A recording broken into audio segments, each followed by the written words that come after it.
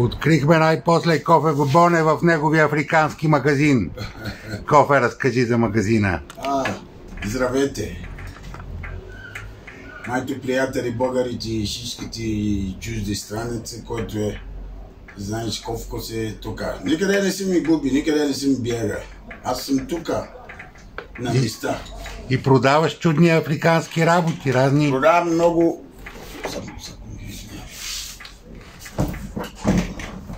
Шамански работи, гледам, че има... Как го видиш? Така... И какво? Кажи какво, откъде ги доставяш? От Гана ли тия неща? Значи тук искам малко подобно да го обясня всичките народа, да разбира какво става, къде съм изгуби. Не съм губи никъде, аз съм тук. Аз съм българинче. Ти си българинче, да. Обича нашите планина и нашите зелената и страната. Да. Първи искам да ти кажа, всички го знаят, аз съм половина ганец, половина българи, което е, това ми цялото ми живота, съм пораснал от той държава. Обичам бе. Ти от колко години стана да си? Годините се не е важно, важно как си. Ама има едно 20 години да си тук. Да. 20, аз имам 34 години. Да. Което е това не е малко, това си един човек, просто да се успя да се живее една държава така, благодаря на всички народ от силата и любов, което има към това, което аз издаде на рода и народа, това, което също дава за мен. Сега тук намерим тук в моето магазина, който е магазина, казва, че Афромагазини на Кофе Бабоне. Това е много интересно. Кажи го по-силно. Афромагазина на Кофе Бабоне. Значи тук Афромагазин на Кофе Бабоне. Така. Който е магазина намерил... намерил... Кои са най-ценните африкански неща? Абсолютно. Магазина намерил в Киян Борис, първи номер 80.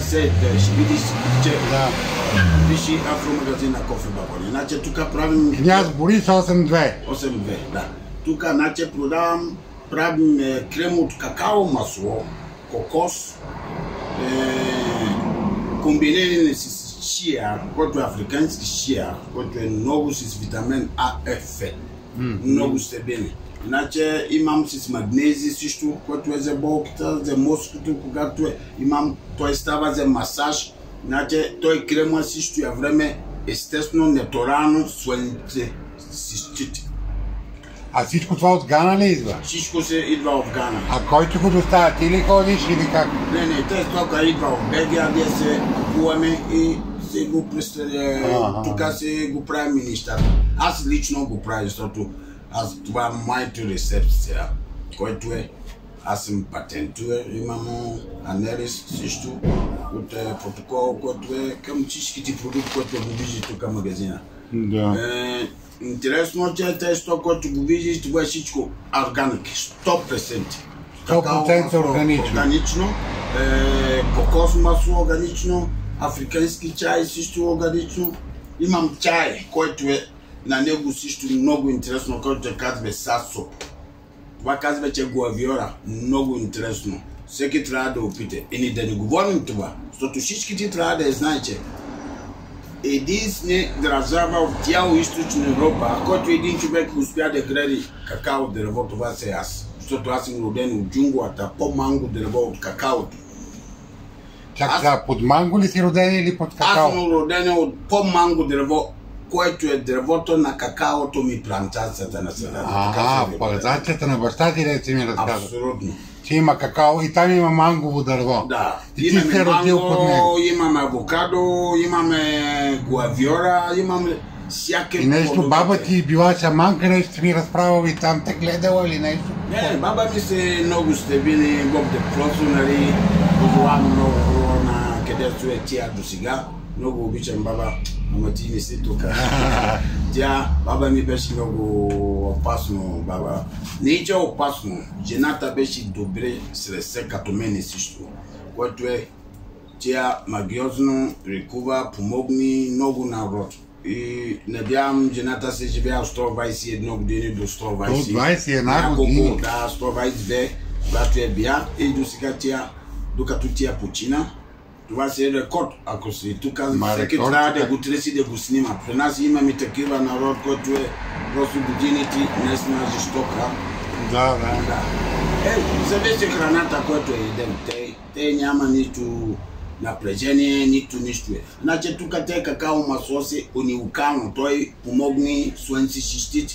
Зимата също, ако не ски, мажи го в ръчичките, получава някаква температура топло и абсолютно може да си ползва за всякакъв време. Дори вкъщи, като къпиш и слиза в банята, 2 минути почна да мажи той крема. Преди да легнеш, да се очистиш, мажи го и после греди.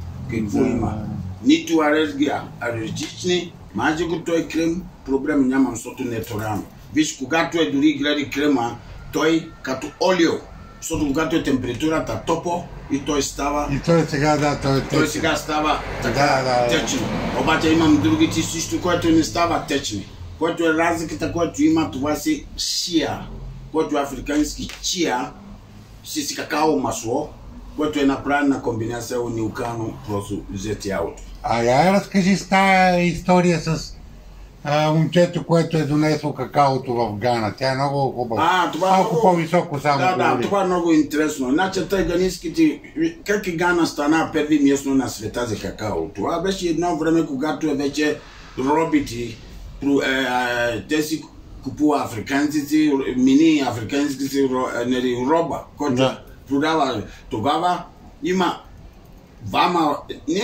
те са екипа, група, който е те си робите, значи Гана до морето има една дупка. Когато те пусне от този дупка, това значи няма да се върне назад.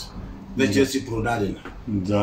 И те си отива в Южна Америка да работи за какао, седи такова. И един от тия един успя окрадне няколко какао, намери някои кораби, който тръгна към Западна Африка страна и си гълти няколко какао в коряма. И го държи в коряма, докато не си ходи туалетна, докато той човек е присигнал в тука на... Да го изяка в Гана да порасне дърво. Да, и той се го наакри и след това го седи в няколко места и той излизи какао, който той казва тетеклаши. Значи в моменти той... Как се казва? Тетеклаши. Тетеклаши. Да, тетеклаши. Той е известен сигурно в Гана. The guy who bring the cocoa from Fernando Po to Ghana. Той го седя, той кого. И след това какаото вече Гана почна да полеко те дърво, което има на той човек, защото всеки един плод от какао вътре има 40 семена.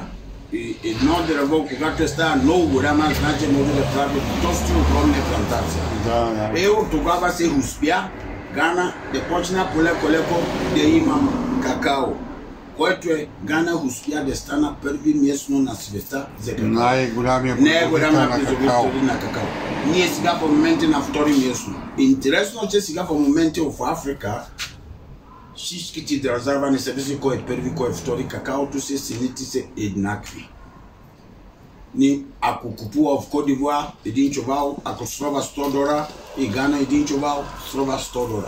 Така че сега така си разбере всички африкански страната, да няма конфликти на кой каква е.